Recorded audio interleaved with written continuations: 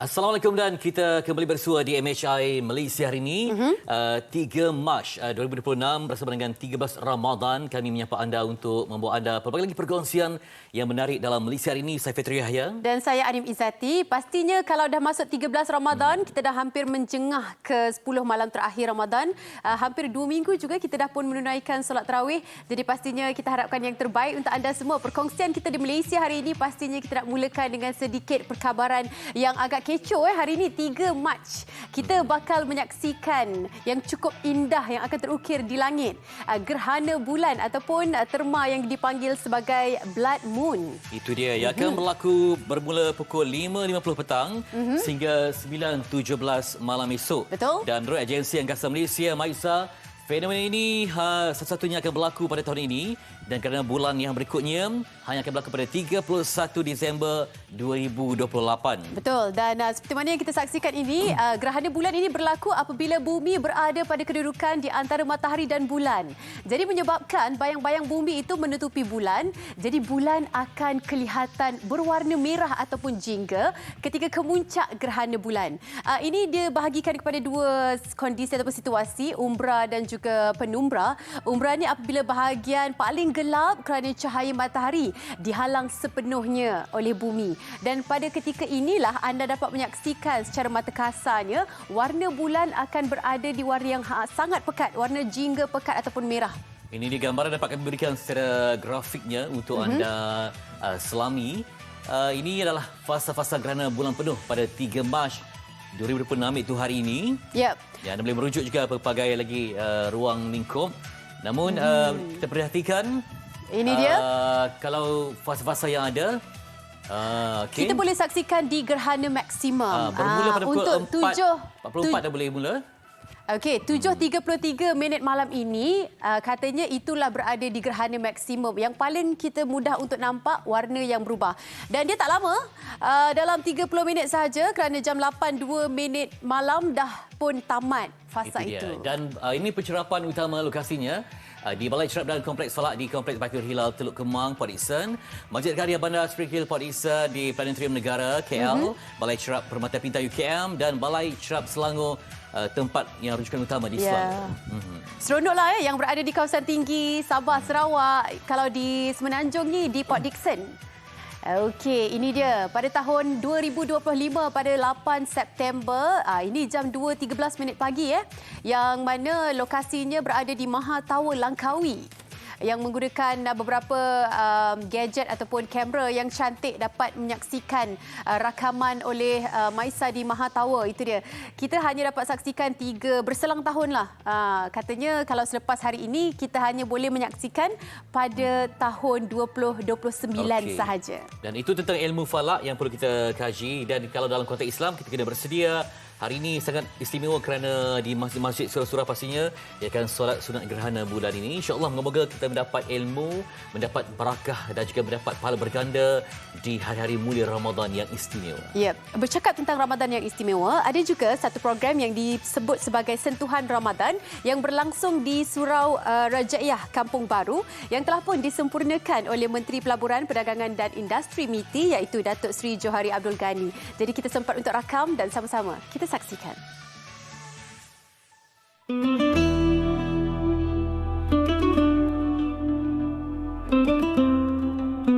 Tanggal 1 Mac lalu berlangsung program Sentuhan Ramadan di Surau Rajaiyah Kampung Baru. Program ini disempurnakan oleh Menteri Pelaburan, Perdagangan dan Industri Datuk Seri Johari Abdul Ghani. Beliau turut menyantuni masyarakat setempat dalam suasana yang cukup sederhana dan harmoni. Antara pengisian yang terdapat dalam program ini ialah penyampaian sumbangan cermin mata kepada belia sekolah golongan B40 dan majlis berbuka puasa. Dalam keseronokan menyambut bulan Ramadan, tidak dilupakan juga mereka yang memerlukan. Ni first time saya dapat bantuan. Sebelum ni pernah dapat bantuan duit. Cuma kali ni first time dapat bantuan cermin mata. Mungkin lepas ni boleh nampak kalau jauh ke apa kan, tapi tak nampak jauh. Terima kasih kepada YB Datuk Seri Johari Ghani kerana beri bantuan kepada saya semata. Lepas ni boleh saya tengok dengan jelas. Dapat bantuan ni ke ataupun ini first time? First time. First time. Perasaan saya gembira sebab bila belajar kita dapat penglihatan itu lebih clear lah lepas dapat. Terima kasih sebab anjurkan bantuan ini juga untuk orang-orang yang memerlukan. Bubur lambuk turut diedarkan kepada peniaga dan pengunjung Bazar Ramadan Jalan Raja Uda. Program ini bukan sekadar pengagihan makanan dan bantuan cermin mata, malah satu usaha memperkukuh silaturahim dan menyemai nilai kebersamaan dalam kalangan masyarakat.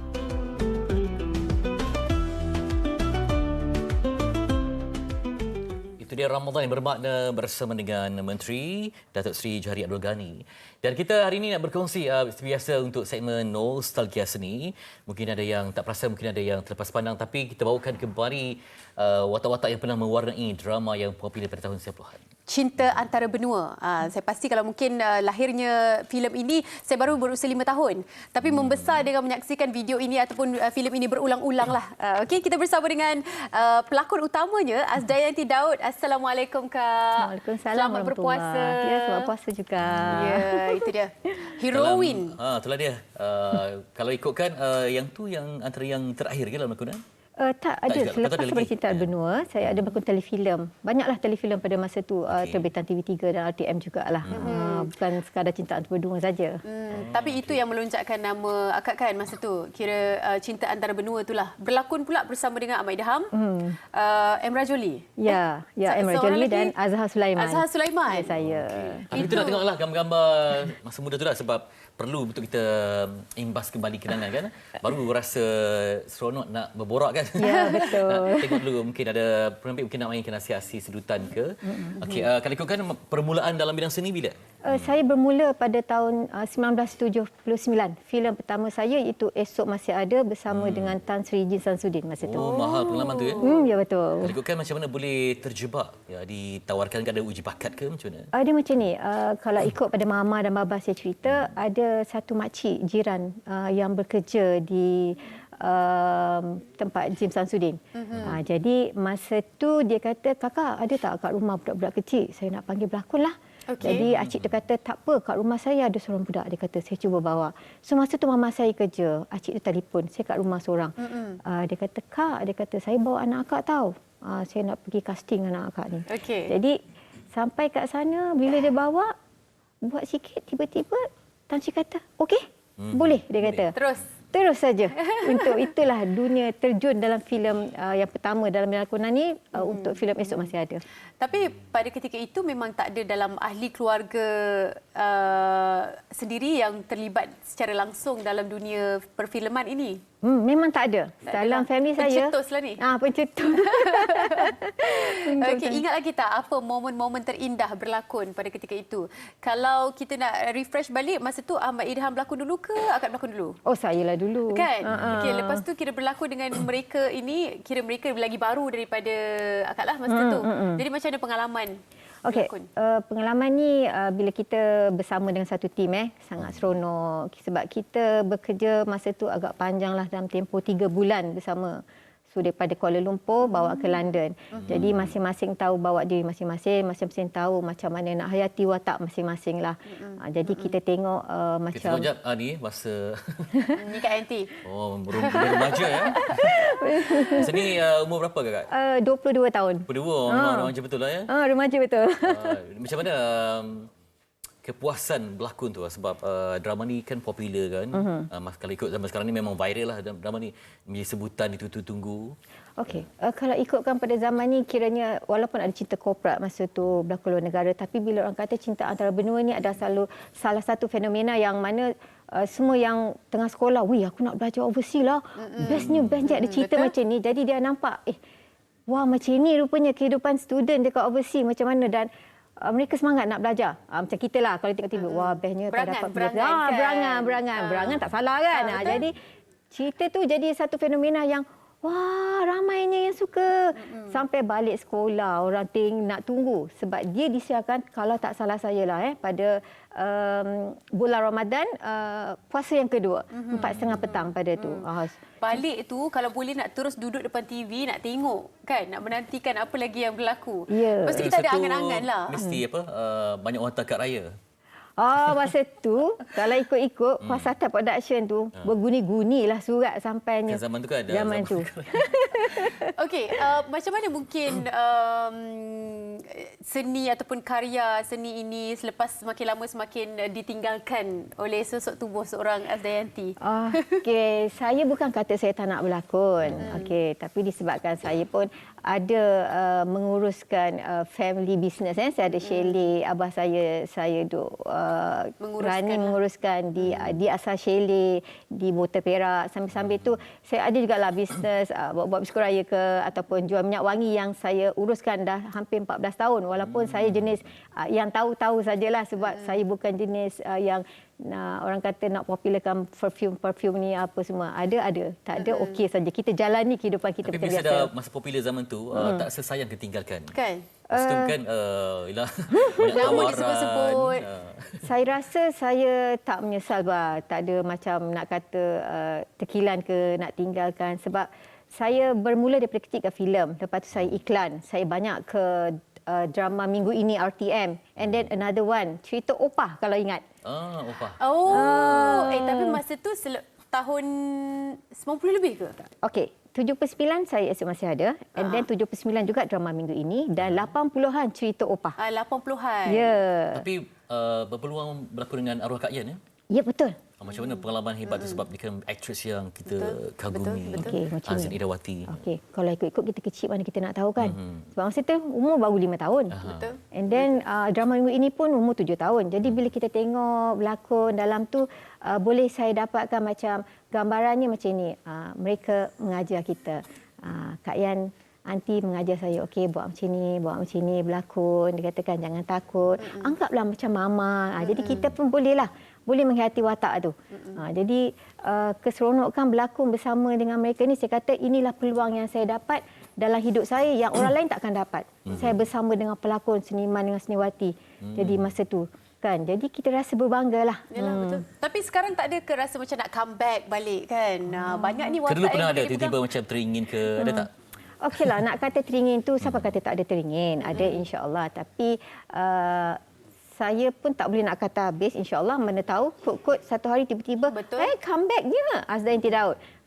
Jadi saya kata, okeylah kalau ada, saya teruskan kan. Orang kata macam penampilan khas, penampilan istimewa. Sebab rupanya peminat masih lagi mencari. Yelah, mestilah. Mesti ada yang berhubung ke dengan merindukan.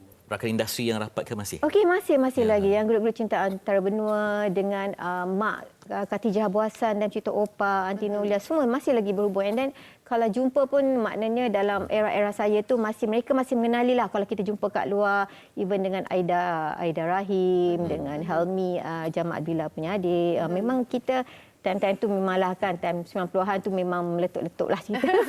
Tapi kita bila melihat Kak Azdayanti kan dengan sosok tubuh yang sekarang ni steady kan, masih lagi energetik kan. Macam kalau berlakon 18 episod ni selamba je ni kan.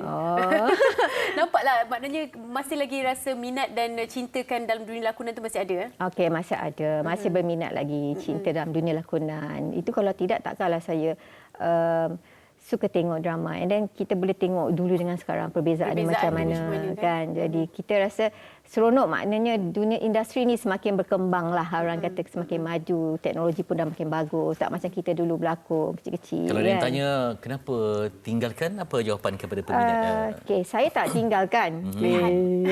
Saya berehat sementara. Tapi lama sementara.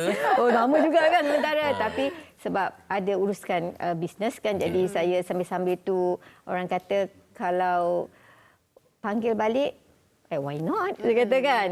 Masa awal berehat tu ada tak orang cari-cari kita kenapa? Ada yang mencari kenapa Kak, kenapa stop? Jadi saya kata bukan stop, saya berehat saja. Kita bagilah peluang kepada yang muda-muda pula, yang artis-artis baru pula kan. Sebab zaman kita ni mungkin ada satu masa adalah tu. Mungkin macam itu kan. Tapi mungkin bila orang lama macam saya kalau pergi katalah bla-bla Pantai Timur ke ataupun keluar pada Kuala Lumpur lah. Kalau kita jumpa acik-acik yang makna yang ini bukan ke yang berlakon cerita Opa tu? Kadang saya tak mengaku. Tak ada cik, bukan saya. Jangan tipu, saya kenal muka ni. Dia kata, muka ni tak pernah berubah. Dia kata. Jadi, ya cik sajalah tu yang berlakon kan. Jadi, loh kenapa tak berlakon lagi? InsyaAllah cik, insyaAllah katakan. Doa-doakanlah dia kata. Kan. Antara watak yang memberi kesan kepada Kak Asdayanti? Okey, watak yang memberi kesan... kita cinta benua ni sebab student apa semua kan. Okey, kita nampak best. And then cerita Opa sebagai anak jenab, anak Opa, anak yang paling manja. Jadi orang kenal, orang dalam cerita Opa, orang tak panggil saya Asdayanti sebab orang akan lekat nama, itu Lina. Itu cucu Opa lah tu. Itu Lina anak jenab. Kan? Jadi kalau untuk telefilm pula, ada satu telefilm yang saya paling suka dengan Uncle M. Rajoli, tajuknya Mencabar Takdir. Itu yang paling best. Itu tapi daripada siaran RTM masa tu. Ada zuriat ke yang mengikut jalan dia? Oh, tak ada. Anak-anak saya tak ada mengikut saya. Tak minat mereka? Mereka, bila saya cakap dengan anak saya baru ni, saya kata, nanti MSI nak panggil mak. Buat comeback macam mana? Okey ke? Okeylah mak. Dia kata, anak saya dua-dua lelaki. Okey mak. Dia yang happy, mereka yang gembira. Abah saya pun suka, adik-beradik saya pun suka. And then in fact, member pun kata, tak apa kak, datanglah. Dia kata, buat comeback. Dia kata, tak ada masalah pun kan. Yelah, dia kata. Kan, penampilan kembali Asdayanti. Mana tahu lepas ni kan, banyak lagi ada peluang-peluang untuk menceburkan diri semula kalau dalam bidang-bidang lakonan. Mungkin kerana jadual bagi artis kan penat kan. Itu mungkin juga menurun ke kepada tak apalah. Oh, kalau ikut kita zaman dulu tak adalah sepenat yang macam sekarang ni sebenarnya. Mungkin macam saya kata berlakon ni pada saya buatkan dia macam satu hobi. Saya tidak kata nak ambil betul-betul high commitment untuk lakonan, tidak saya kata.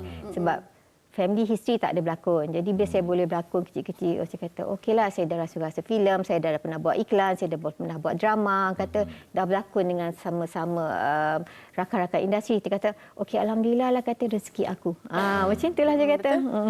Okey, itu dia. Mungkin terubatlah sedikit kan rindu kepada anda semua yang menyaksikan, yang pernah mengikuti perkembangan Asdayanti.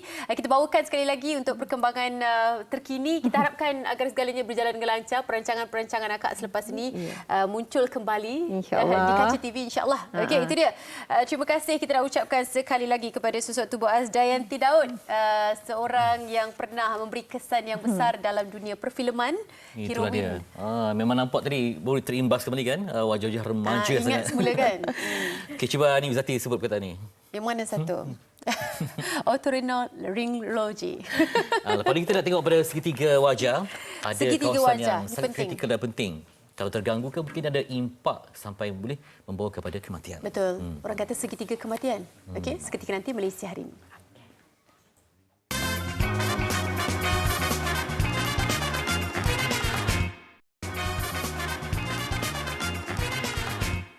Itu dia. Nampak macam itulah, nampak macam tak ada apa-apa kan. Hanya wajah, tapi dalam tu banyak sekali saraf dan kaitannya yang boleh membawa kepada kesan kepada keseluruhan badan. Tangan kita automatik je nak picit jerawat tu rasa geram, rasa macam okey. Mungkin itu dah menjadikan habit untuk kita. Tapi sebenarnya segitiga wajah yang kita katakan kawasan-kawasan yang cukup memberi satu potensi ataupun peratusan yang tinggi yang boleh menyebabkan keadaan-keadaan seperti stroke ataupun meningitis. Adakah ianya benar ataupun mitos semata-mata?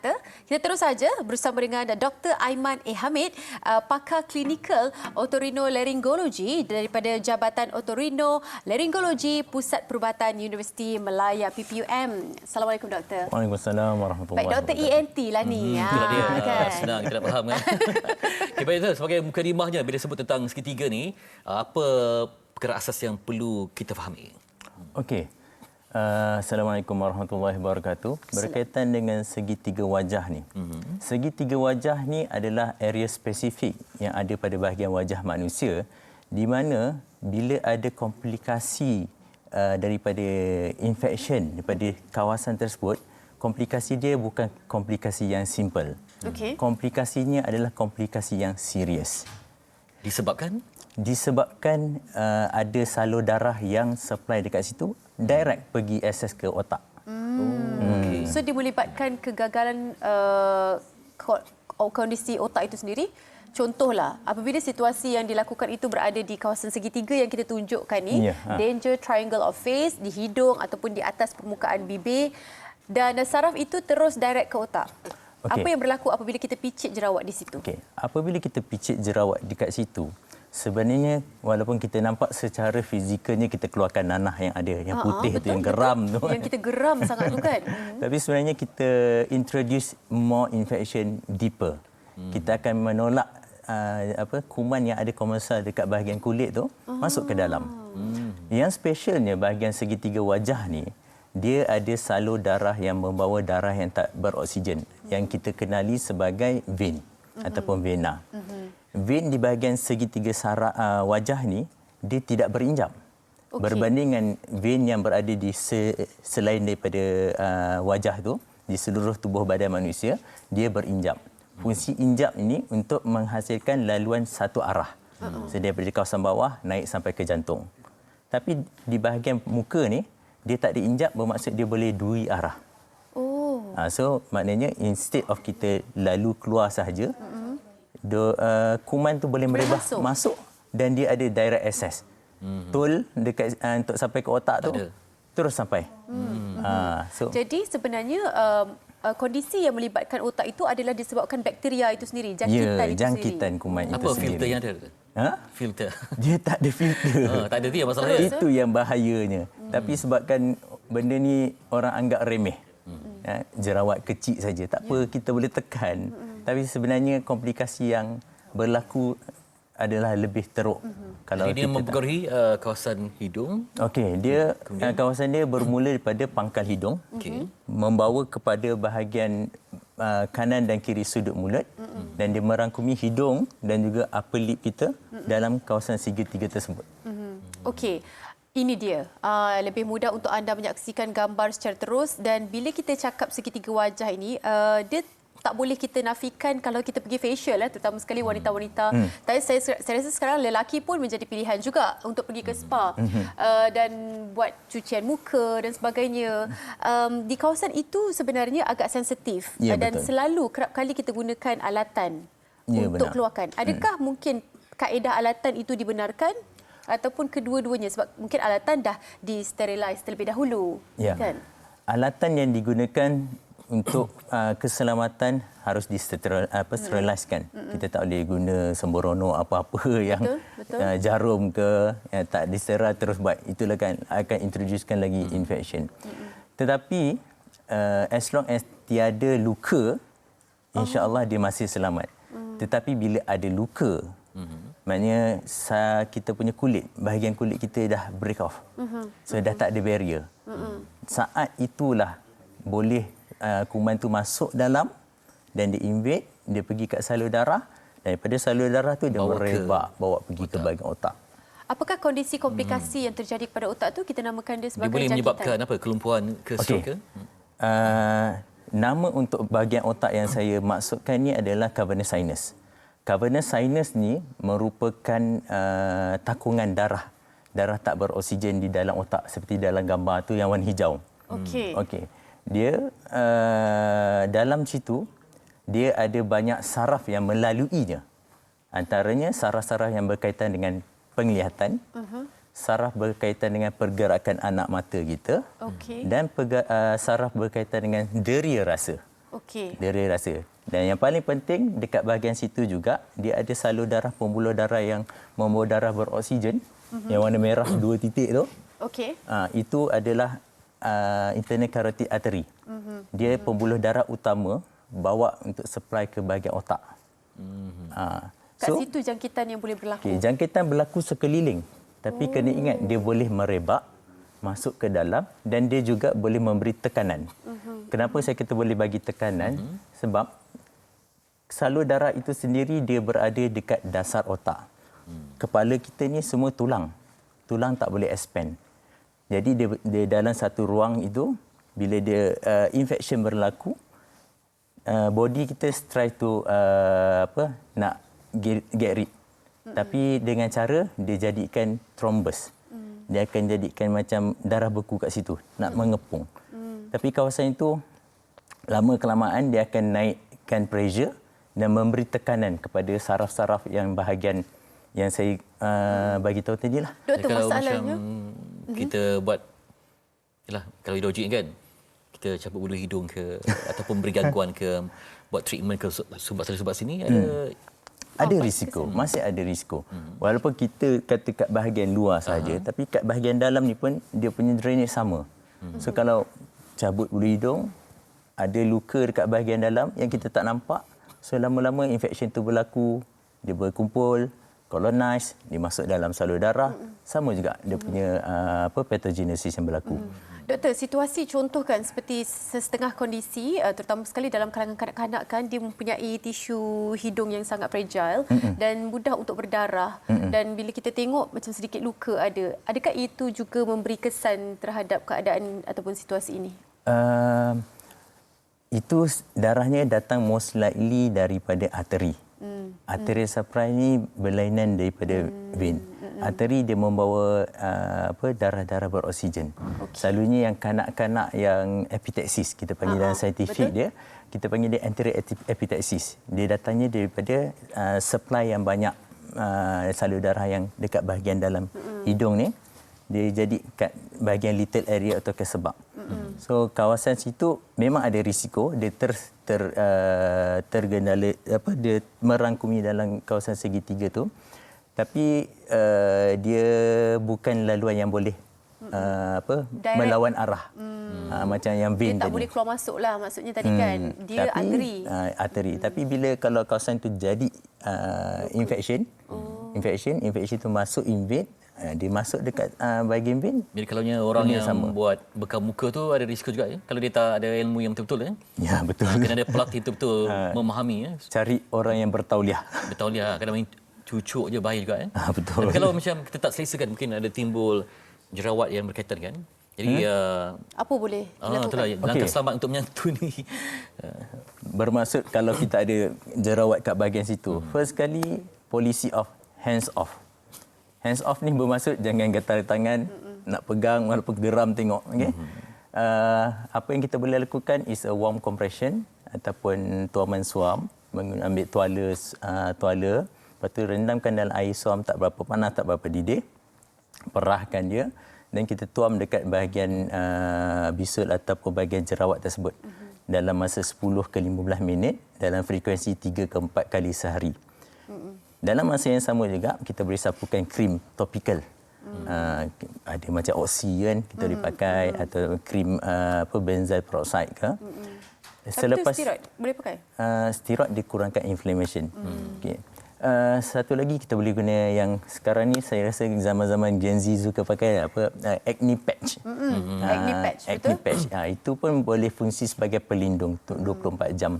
Sebab kadang-kadang kita tengah tidur tak perasan. Tiba-tiba tangan dah naik dah kutil lah. Dah kan? kena. Maksudnya kalau kita kemalangan terjatuh kan, terempak muka hidung ni memang sensitif kan? Memang sensitif. Dia ada banyak salur darah kat situ. Jangan treat sendiri, jangan biarkan luka tu sembuh sendiri. Kalau boleh, carilah. Kalau ada jangkitan di otak contohnya, dia akan bermula dengan apa? Dengan demam ke apa? Yang ada berlakunya infection. Dia ada kita panggil red flag. Red flag sign. Red flag sign ni bermaksud first kali dalam dia punya systemic sign simptom dia akan mengalami gejala demam panas. Demam panas 39 40 darjah degree Celsius. Lepas tu dia boleh ada chills and rigors, maksudnya menggeletar dengan kesejukan dan sakit kepala yang teramat. Itu yang pertama. Yang kedua, kalau berkaitan dengan yang komplikasi yang berat yang saya katakan tadi sebagai cavernous sinus thrombosis, mereka boleh ada sampai ke tahap mata mereka jadi merah, terbeliak warna merah. Lepas tu dia ada kelumpuhan pada saraf, dia akan ada masalah penglihatan, tak nampak. Lepas tu double vision, pergerakan anak mata tu sendiri restricted, tak boleh nak bergerak. Dan dia akan ada juga pain ataupun loss of sensation dekat bahagian muka. Bila mendengar kepada simptom ataupun red sign yang dikabarkan ini, kita terfikir apakah treatment yang akan dilakukan oleh doktor apabila mendapat situasi pasien seperti ini, doktor? Okey. Kalau era dulu, sebelum ada era antibiotik, bila cakap je pasal cavernous sinus thrombosis ni 100% lethal, meninggal, mati. Tapi di era ada antibiotik ni, kalau berlaku, dia punya treatment adalah antibiotik. Okey. That's why kita sarankan bila ada masalah macam ni, seek treatment, pergi tertiary center, pergi ke hospital untuk dapatkan treatment, dan doktor akan melakukan apa yang terbaik untuk masukkan ke hospital dan bagi antibiotik rawatan. Okey, melihat kepada risiko-risiko ini, ada tak orang yang mempunyai sinus ni, risiko dia lebih tinggi sedikit? Dah ada sinus kan? Selalunya secara fizikal orang yang ada sinus tu dekat bahagian T-zone ini memang ada nampaklah jerawat yang banyak kan. Ada orang sinus yang tak nampak, ada orang sinus yang nampak jerawat dia. Jadi adakah potensi atau risiko mereka lebih tinggi? Ada potensi di situ sebab tadi saya to be specific, saya katakan segitiga wajah itu adalah bermula daripada bahagian pangkal hidung, bawa ke sini, bawa ke bahagian sudut mulut pipi kan. Tetapi kalau ikutkan, kita boleh bahagikan wajah kita ni kepada 3. Okey. 1/3 bahagian atas, 1/3 bahagian tengah, 1/3 bahagian bawah. Merangkumi 1/3 bahagian tengah ni dikira apa-apa yang berlaku dekat situ risikonya adalah tinggi berbanding dengan bahagian lain. Di mana di bahagian hidung dan tengah dekat ni. situ pun ada bahagian serongga sinus termasuk sekali. Ini maksudnya apa langkah-langkah yang perlu kita ambil seandainya ada macam kita infeksi, kita risau kan. Sebab mungkin terlalu banyak bahan bacaan, jadi kadang-kadang tersangkut dengan mitos dan sebagainya. Kita pun buat andaian. Mungkin kita kena banyakkan tapping kat sini ke untuk tai chi ke apa ke. Contohnya kan. Jadi kadang-kadang bahaya juga. Tadi dia kata polisi hand off kan, sebab yalah tangan ni menyentuh banyak bakteria yang boleh membawa kepada jangkitan semua. Betul. Kalau berlaku apa-apa, that's why kita kena ada ilmu nak tahu benda tu boleh ditreat di rumah ataupun waktu tu kita perlu pergi cari seek treatment dekat doktor. Dekat yang doktor-doktor yang bertauliah. Contohnya kita ambil contoh untuk simple jerawat sendiri. Anda kata jerawat tu kecil, kita nampak kecil. Dia lepas tu putih tu kita geram nak tekan. Betul. Tapi dia punya sakit tu lain macam. Kalau skala sampai 10 tu sakit dia 8, 9. Dia tak tally dengan saiz dengan sakitnya.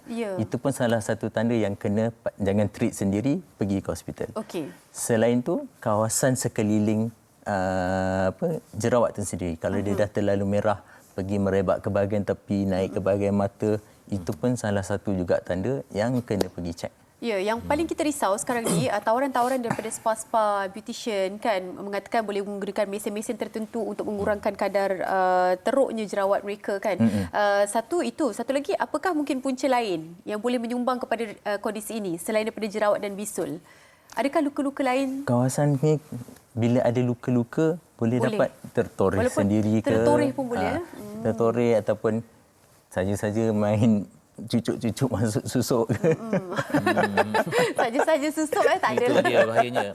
Yang kata kepada nasihat doktor kepada orang awam untuk menjaga kesihatan ini, mungkin dia tak perasan dia, inilah zon embas, zon bahaya yang perlu kita jaga sebaik mungkin. Silakan. Nasihat saya, jangan anggap isu jerawat itu adalah isu kecantikan ataupun isu kosmetik saja. Anggaplah ia daripada isu utama untuk kesihatan kita. Untuk kita menjaga kesihatan. Walaupun nampak simple, cuba kita cari treatment yang proper untuk kita rawat masalah jerawat ataupun bisul ataupun luka kat bahagian segitiga wajah kita. Kan, daripada niat kita nak lebih cantikkan muka, nak nampak V kan, nak nampak shape lah, benda lain pula jadi. Tak naklah macam tu kan. Dia melibatkan otak itu yang sensitif tu. Itu yang sensitif. Jadi doktor sebutkan memang langsung, tak ada filter, tak ada apa, semua memang bahayalah. Terima kasih banyak-banyak doktor berkongsi dengan kami. Hari ini kami belajar banyak sangat tentang segitiga muka ataupun segitiga wajah ni. Dr. Aiman A. Hamid, pakar clinical otorhinolaryngology ataupun daripada Jabatan ENT di PUN. Itu dia paling mudah untuk kita faham ya. Okey, baik. InsyaAllah masih kita akan mungkin berjumpa di waktu untuk sesi lain. Lepas ni lagi panas nak berbincang sebab sekarang ni itulah kita pun bimbang ada jemaah yang nak berangkat ke umrah, ada yang terkandas kan. Disebabkan mungkin kawasan tu memang kawasan yang tak boleh lalui. Ada negara memang tutup penuh ruang udara mereka dan kita perlu cakna lah, tak boleh main terbangnya, kena tahu apa perkembangan yang dibawakan oleh mungkin travel agent ataupun agensi penerbangan anda masing-masing. Ya. Apakah kesannya terhadap Malaysia seketika nanti Malaysia hari ini?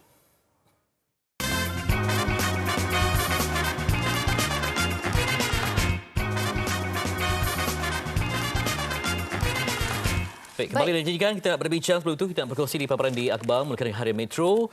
Perang 4 minggu, perang Amerika Syarikat Iran, lebih 200 terbunuh, ratusan yang cedera.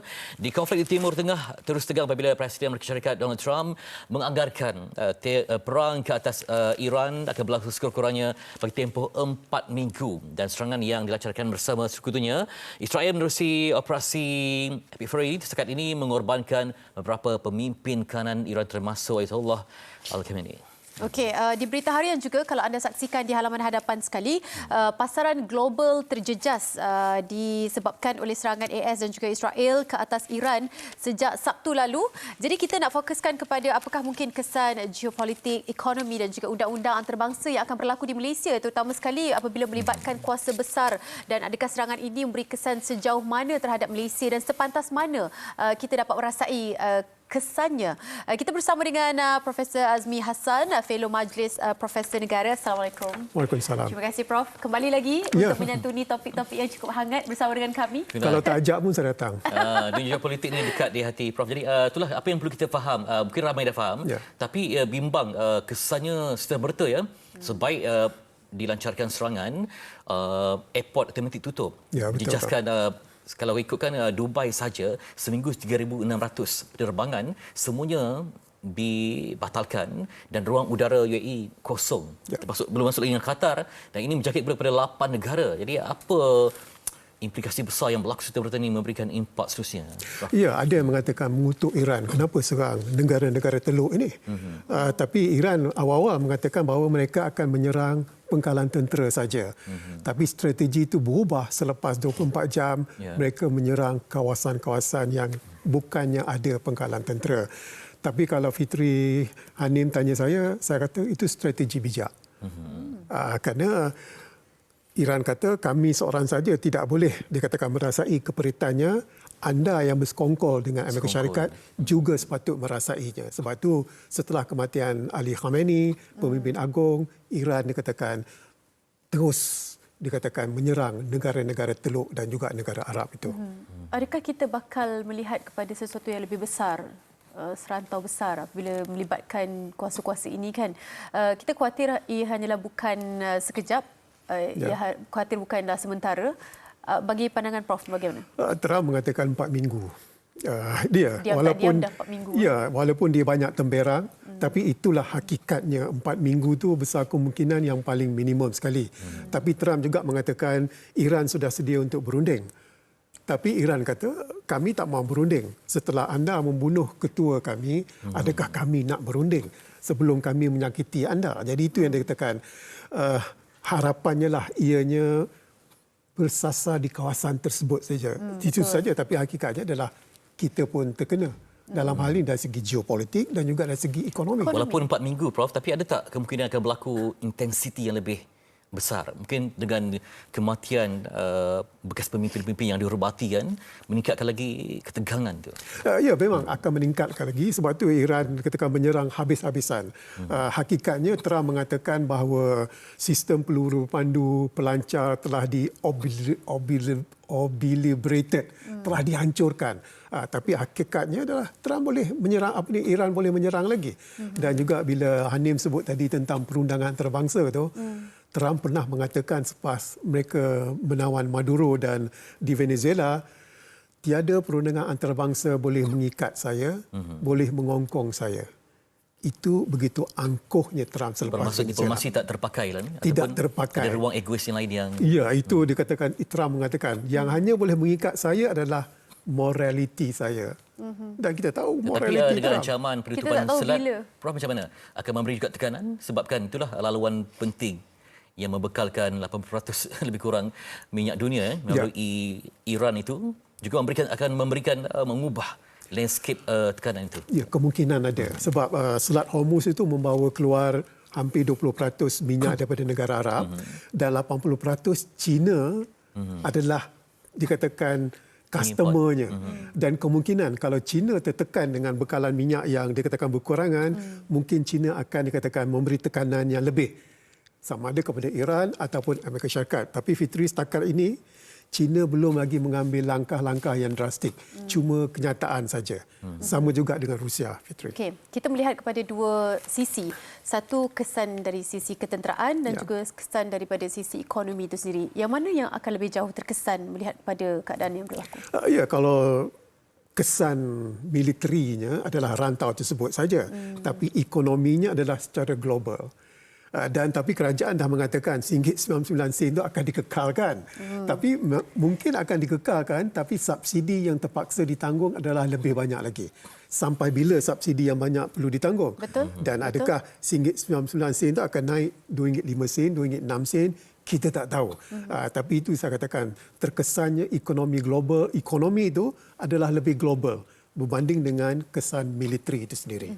Adakah Malaysia akan menjadi negara yang terkecuali dalam beberapa aspek ataupun bagaimana? Tidak terkecuali.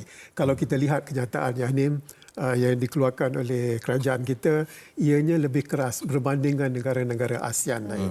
Pengerusi kita ASEAN belum keluarkan kenyataan lagi.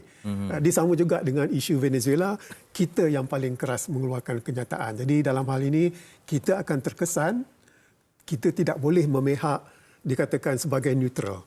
Sekarang dah tak boleh neutral dah. Perlu jelas ya berpihak. Perlu jelas di mana kedudukan anda. Kalau neutral ni cakap baiklah berunding, dia tak ada tak ada tekanan. Kalau kita baca kenyataan Wisma Putra, kita dikatakan menyebelahi Iran, mempertahankan diri sendiri. Dan apakah Iran akan terus lantang nampak bersendirian dalam mempertahankan ini, ataupun akan ada nanti rakan sekutu rapat yang akan bersama menyatakan sokongan? Saya rasa tidak. Rusia dengan masalahnya, China hanya mementingkan diri sendiri. Itu dua kuasa besar yang di sebelah Iran. Jadi dalam hal ini Iran adalah bersendirian. Adakah mereka mampu? Besar kemungkinan tidak. Tapi hakikatnya adalah di sebelah Amerika Syarikat tu lagi mereka tak mampu. Sebab baru 3 jam lepas Menteri Luar Rubio, Menteri Perang Hegseth dan Presiden Trump buat kenyataan di televisyen, ianya lebih kenyataan untuk meyakinkan rakyat Amerika. Kerana rakyat Amerika dah tak senang dah. Hampir 60% tak setuju apa yang Trump lakukan. Jadi ini tekanan. Tekanan sebenarnya datangnya daripada rakyat Amerika, itu yang boleh memberhentikan dikatakan perkara gila yang sedang berlaku sekarang ni. Sekalipun ada gencatan, saya rasa mungkin agak suka dalam tempoh 4 minggu ni, bayangan Prof macam mana? Ya, Trump mengatakan Iran mahu bercakap, tapi Iran mengatakan mereka tak mahu bercakap. Jadi itu menunjukkan Iran masih kuat. Mereka katakan mereka boleh melakukan sesuatu, tapi harapannya mesti ada gencatan lah. Tapi hakikatnya Trump ni tak boleh percaya. Dia kata dia tak nak serang. Dia kata ini pasal program nuklear, pasal peluru berpandu balistik. Tapi akhirnya dia nak tukar kerajaan, nak tukar rejim. Jadi nampak kata-kata belitnya itu yang dikatakan tidak boleh dipercayai. Kalau ada gencatan pun, memang Iran tak akan mempercayai keikhlasan Trump. Melihat kepada sudut geopolitik AS sendiri kan, melihat kepada situasi mereka, adakah mereka mampu untuk melayani lagi serangan-serangan Iran dari sudut kosnya, dari sudut kesiagaan ketenteraan mereka? Ya, ramai yang tanya kenapa tak serang Amerika. Ialah peluru pandu Iran tak sampai ke situ. Jadi strateginya adalah untuk menyakitkan, menyusahkan rakan-rakan Amerika. Jadi itu yang dikatakan bahawa tekanan dari rakyat sendiri Amerika dan juga tekanan daripada sekutu-sekutunya yang boleh memberhentikan kegilaan ini. Jadi itu harapannya lah. Ya, kita melihat kepada satu situasi yang agak berat. Itulah, kalau kita menggunakan sentimen macam menjelang musim haji dan sebagainya, Ramadan, adakah itu kan mengendurkan sikit ketegangan yang berlaku ni atas pertimbangan faktor agama? Kalau nak tanya Mr. Trump, beliau tidak peduli. Beliau hanya mempedulikan diri sendiri dan Netanyahu. Mungkin dengan Saudi yang mungkin memainkan peranan atau macam mana? Ya, harapannya begitulah. Dan salah seorang pemimpinnya, Arab Saudi, dia katakan cuba memujuk Trump jangan menyerang. Tapi Trump dia ada agenda dia sendiri. Dan memang betul Fitri. Adi Fitri tak lama lagi. Dan lepas tu Hari Raya Haji. Betul. Jadi ini yang dikatakan amat dikatakan dibimbangkan. Sekarang pun mereka pergi umrah pun terkesan. Kalau terkesan tak dapat pergi dari sini, okey, tak apa lagi. Dah berada di sana. Yang dah dia berada di sana. Terkandas pula. kita melihat satu situasi yang sebenarnya lebih kepada mereka yang terkandas ini kan, bagaimana keadaan mereka, adakah mereka boleh pulang untuk menyambut Hari Raya Aidilfitri, dan tidak cukup dengan itu kos-kos yang yang terpaksa ditanggung juga. Bagaimana kata-kata Prof untuk pemahaman kita, untuk kita rumuskan keadaan sekarang ini, sebab rakyat Malaysia perlu fahami juga tentang perkara ini yang beri kesan pada mereka. Ya, ini bukan perbezaan antara Syiah dengan Sunni. Jangan kita terlekat dalam kepala itu, kita tak mau simpati kepada Iran kerana mereka adalah orang Syiah. Tidak. Ini adalah dikatakan agenda Trump untuk mengawal Iran supaya Israel lebih senang lagi mengawal kawasan Asia Barat itu. Jadi ini dikatakan harapannya, sebab duta Amerika ke Israel mengatakan bahawa sebahagian besar kawasan-kawasan Timur Tengah itu adalah milik Israel. Jadi kita tahu apa ciri, apa pemikiran mereka dalam hal ini. Jadi kita kena faham tentang apa yang berlaku di sebaliknya.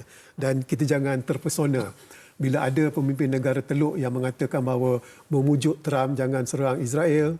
Tapi sebenarnya Hanim di sebaliknya lain cerita dia. Jadi yang tidak boleh diceritakan di sini lah. Dia boleh Kalau berubah undang-undang antarabangsa pun dia anytime boleh berubah 360. Apa-apa boleh terjadi. Bukan dia berubah. Dia cakap luar, di luar, di hadapan lain, tapi di belakang tu cerita lain. Jadi ini yang kita tak mahu terperangkap dengan permainan setengah-setengah negara Teluk. Ya, okey. Satu penjelasan dan pemahaman untuk kita bersama, ringkas dan padat, namun pastinya perlukan masa yang lebih untuk berkongsi buah fikiran daripada Prof. Sebenarnya terima kasih banyak-banyak Prof. Terima kasih. Saya rasa kita perlu ikutilah dari hari ke hari sebab apa pun boleh terjadi dalam masa 24 jam. Betul. Yang paling kita bimbangkanlah tentang rakyat yang ada di sekelilingnya, sebab mereka pun di bulan Ramadan melibatkan negara-negara Islam terutamanya pasti mengeruhkan sambutan Ramadan. Okey, terima kasih sekali lagi Profesor Azmi Hassan, Fellow Majlis Profesor Negara berkongsi dengan kita, dan untuk anda semua kita rehat seketika, kembali selepas ini.